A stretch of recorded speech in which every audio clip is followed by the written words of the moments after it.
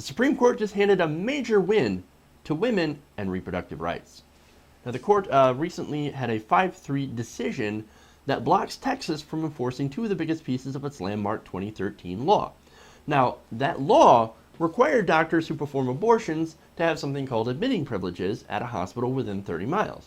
Now, it also required abortion clinics to meet the stricter standards of hospital-style ambulatory surgical centers.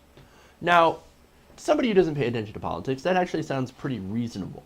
But when you look into the details, it becomes clear that these rules are nothing but a ploy to shut down abortion clinics. Now, let's get into the details, right? See, admitting privileges. Well, what does that mean? Well, it actually means that the doctor is akin to a staff member of a hospital. Among other things, he or she has the privilege to admit a patient for a stay in the hospital without the say-so of any of the other doctors. Now, the problem with that is that hospitals don't want to grant admitting privileges to doctors who perform abortions. Why? Well, because they want to stay out of the politics. So they said, no, absolutely no. We're not going to do admitting privileges to anybody because we don't want to get involved in this. We don't want to get protested outside. We don't want to get put on blast by the other side. We're going to stay out of it. So no admitting privileges to you.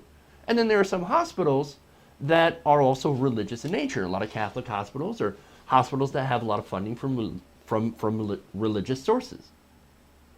Well, they're not going to grant admitting privileges for abortion doctors. Well, so the net result of that is that these doctors, with these rules now that you have to have admitting privileges, well, these abortion doctors and clinics can't stay open if they can't get those privileges. So, now, what happens if you're a woman who had an abortion and has some complications along with it? Okay. Now, add in the fact that your doctor doesn't have these admitting privileges at the local hospital. What happens to you?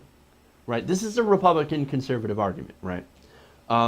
Saying that, well, hey, look, you've got to have those admitting privileges so you can go to the doctor if something goes wrong. I mean, we're just looking out for you. That's all. Well, what happens, right? What happens if you don't have those privileges? Well, what happens is that you go to whatever hospital you like and you get treated. It's exactly the same result whether or not you have those admitting privileges. Now, Republicans claim that pass this law, you have to have those because it's for your safety. Well, it's not for your safety because you get the same result either or. So what this is, it's not about safety. It's another hurdle in the way of doctors who happen to perform legal abortions. And it's a way to shut down clinics. Now, the other hurdle is requiring hospitals or requiring to make clinics resemble hospitals. That sounds reasonable, right? Oh, you want to have all the stuff that a hospital has in order to make it be more safe. We like safety. I'm in favor of safety. Who's not in favor of safety? Well, there's another problem with that. See, it's the same issue. These requirements aren't about equipment, proper equipment, or access. No, what they can do is that they can shut down a clinic if your doorway isn't the right size. They can nitpick every single thing. The size of your doorway, the color in the walls. Oh, I don't know about the color, but, it's just an extreme example. They can use those reasons to justify shutting down your clinic, even though all the equipment and everything is safe. And that clinic has an excellent rate of safety. So what happens with these rules is that either clinics will have to remodel, which is expensive, incredibly expensive, for practically no reason, or you end up getting shut down by the government. Now that further limits access to women who might actually need use of their services. Basically, this isn't legislation to protect women. All it is that it was designed to chip away at your abortion rights through arbitrary over-regulation. No, wait a minute, I thought conservatives didn't like regulation. Or big government. Seems like that's exactly what this is. Over-regulation. Now, the justices said in the majority that these two parts of the Texas law created, quote, a substantial obstacle in the path of women who are seeking abortions, and neither provision offers medical benefits sufficient to justify the burdens upon access that each imposes.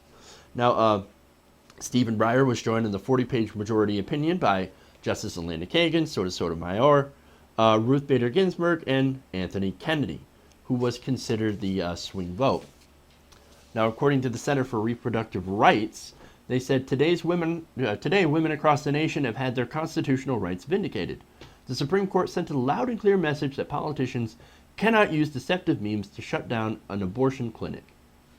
If the ruling had been upheld, the number of abortion clinics in Texas would have shrunk to about 10 from more than 40. Now, Texas is a big state. It's huge.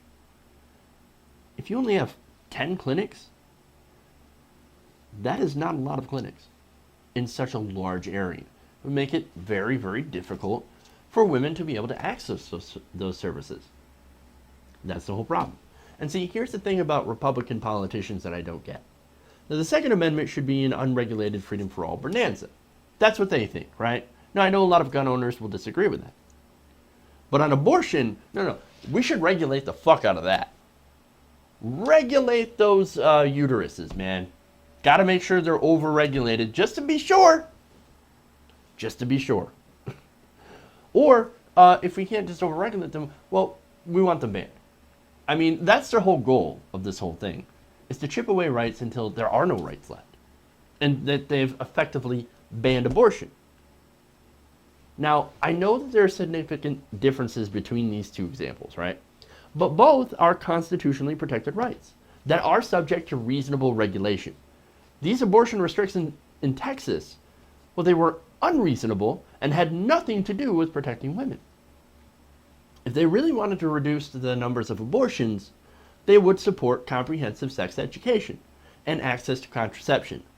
Now, those methods in concert do work and help people to make better decisions.